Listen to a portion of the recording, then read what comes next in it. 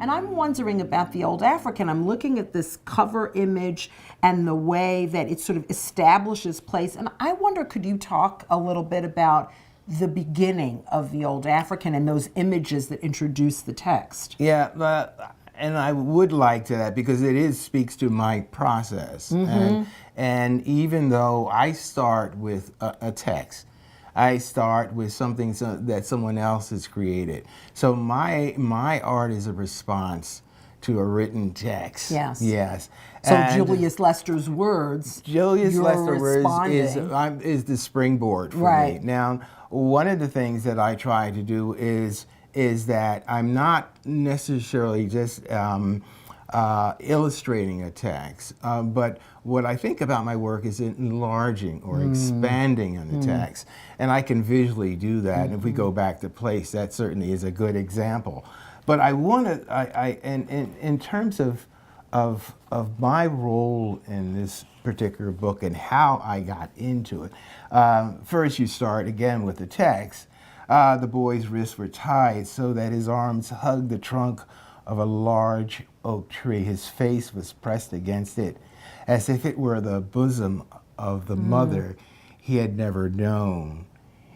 His back glistened red with blood. Whack.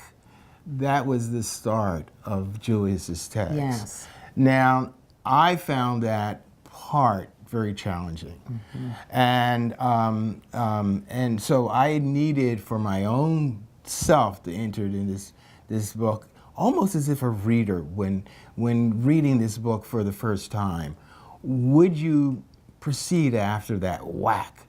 And I wasn't sure about that, so I needed the reader to actually enter into that space. So what I thought and really carried through was this idea that I wanted you to win that whack. When the text says whack, that you're prepared for it, that you're now in that place. So I began, which is kind of a way of figuring that out, and that was I start with an image that perhaps the reader is not quite sure how it fits within the context of the whole book.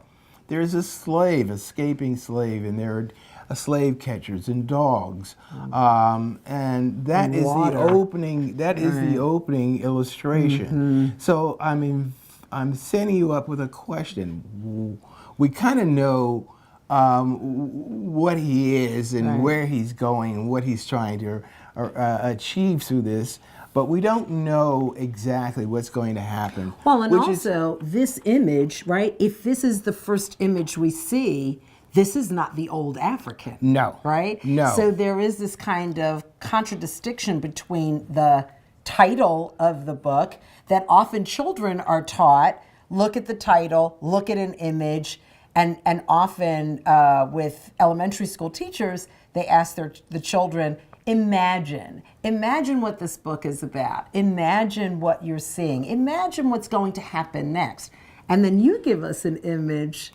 Which I like the word imagine, because all of a sudden you're trying to, you're placing yourself within this book all of a sudden. That's so right. that I introduce, and I don't always know. I mean, it's really not always this thought out as sometimes when I explain it. Sometimes it's just really this sense of a need for me to enter into this project.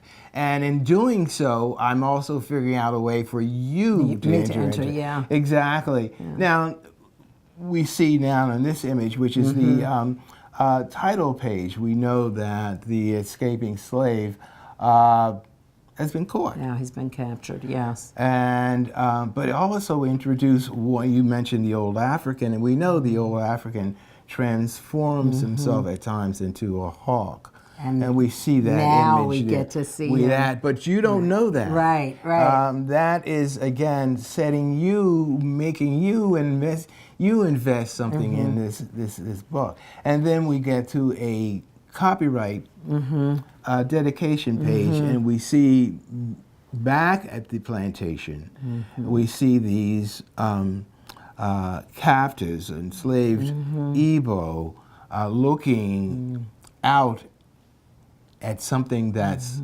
coming, and yet you are also looking out.